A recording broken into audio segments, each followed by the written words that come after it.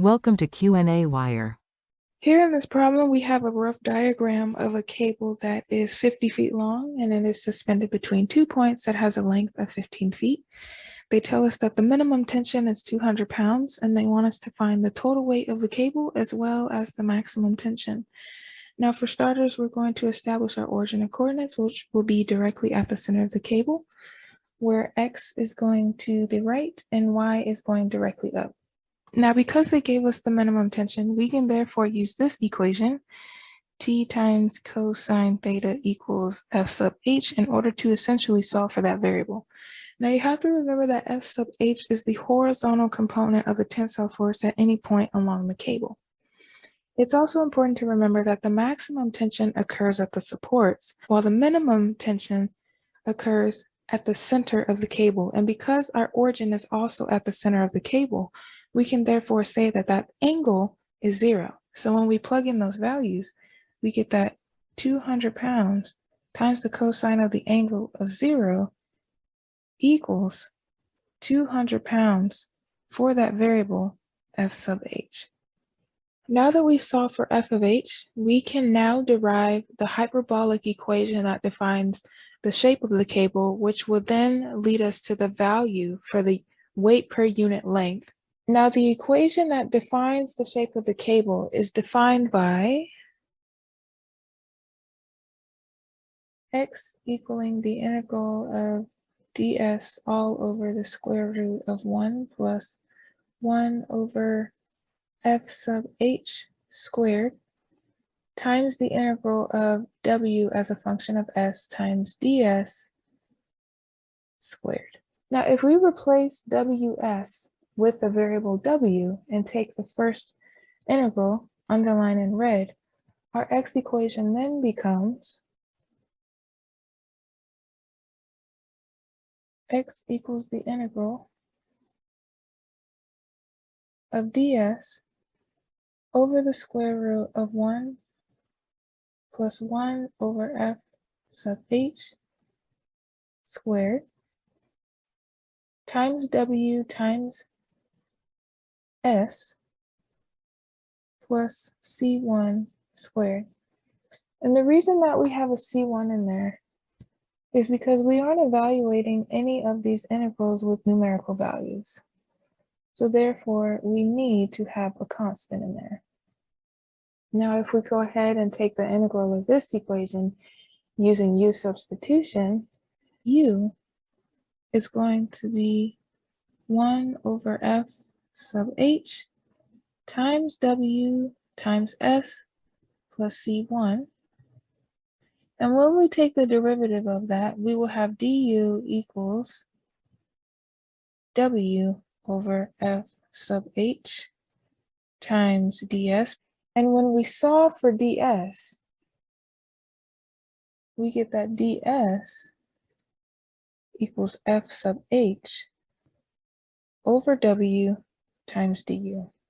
And now that we have all these variables, we can go ahead and plug this into the original equation and continue to solve. Our deflection curve equation then becomes x equals the integral of f sub h over w, because we are substituting in ds, all over the square root of 1 plus u squared du. The integral for this function looks a lot like the integrals that are used for trig functions.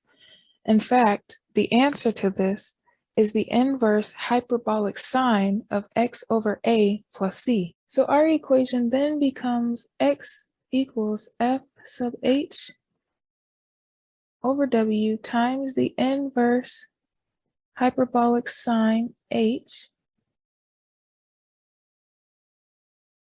of 1 over f sub h times w times s plus c1, all of that in parentheses, plus c2.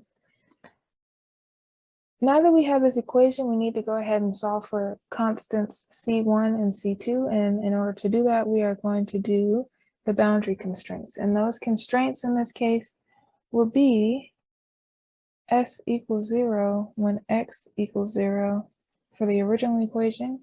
And when you take the derivative, it will be dy over dx equals 0 again when s equals 0. Now, instead of using the first boundary constraints, I'm going to go ahead and use the second one. And we can't use our deflection curve equation because it does not have a variable y, therefore we cannot take a derivative. But you have to remember that in this section, we were given the equation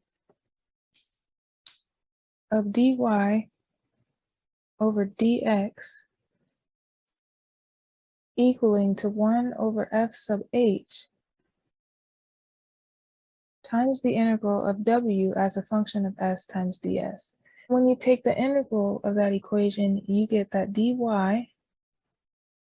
over dx equals 1 over f sub h times w times s plus c1. So if we plug in our boundary constraints replacing dy of dx, that will be 0, plugging in 0 for s. And if you solve for c1, that equals 0.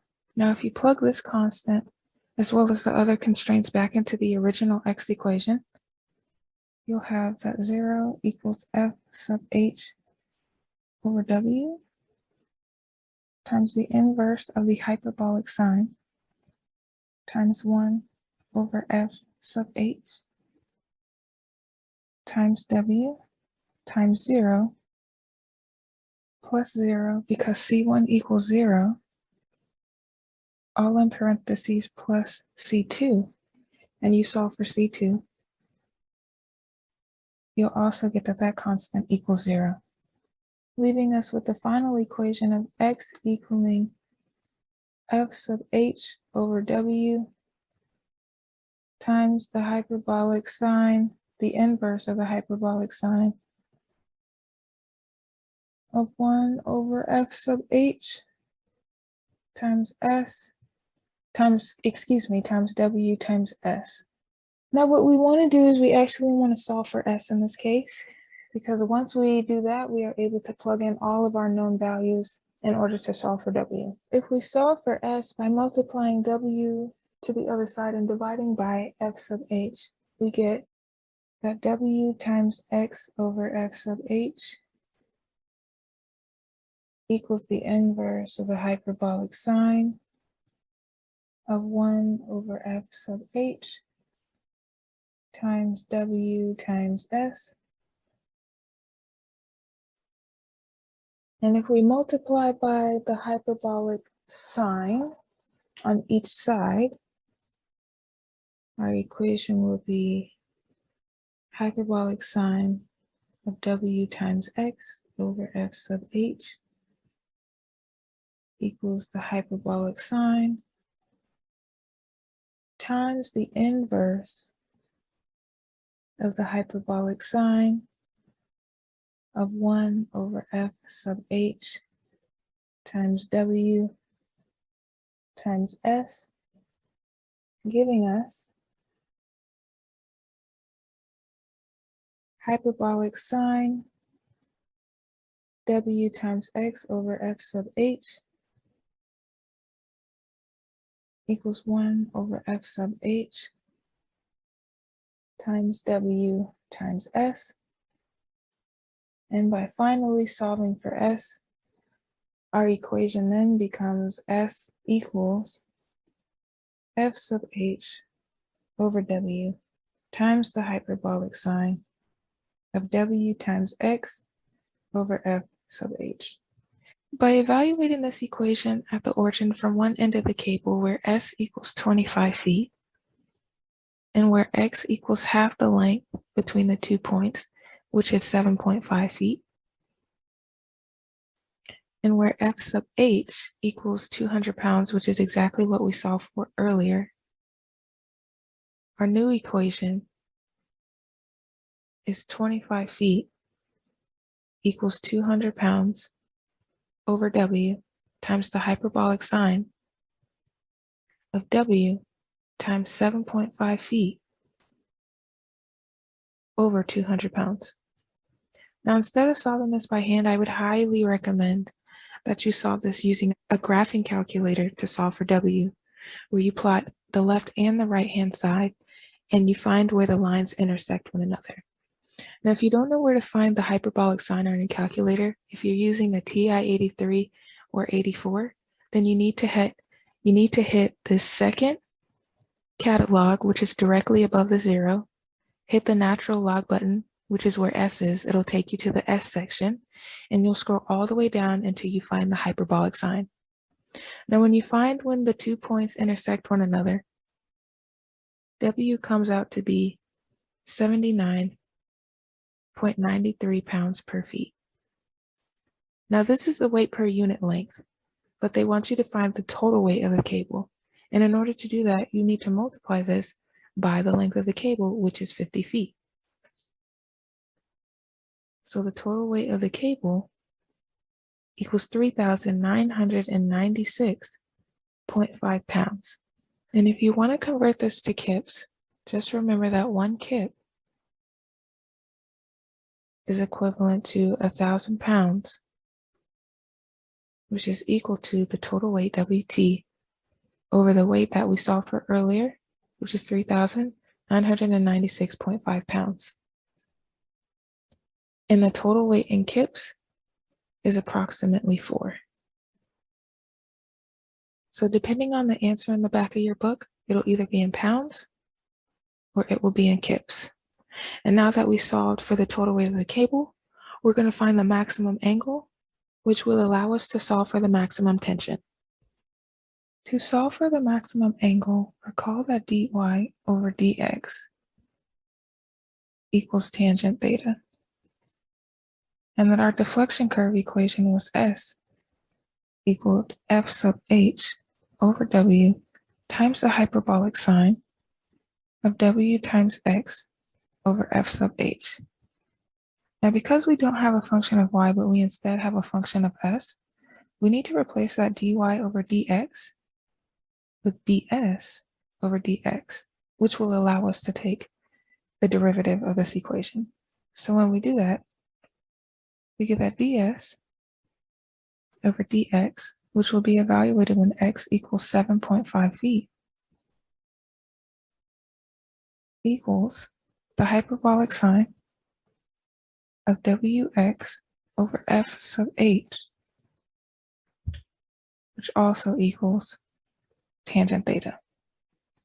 So when we plug in our known values for wx and f sub h and take the inverse tangent of the left-hand side, theta max will be equal to the inverse tangent of the hyperbolic sign times 79.93 pounds per feet times 7.5 feet over 200 pounds. And the angle that you get will be 84.28 degrees. Now with this known angle, we can go back to this equation. T times cosine theta equals F sub h to solve for the maximum tension. So T max will equal 200 pounds divided by cosine of the angle 84.28 degrees, which will give us a maximum tension of 2,006.68 pounds. And if you want to solve for kips, remember that 1 kip is equivalent to 1,000 pounds.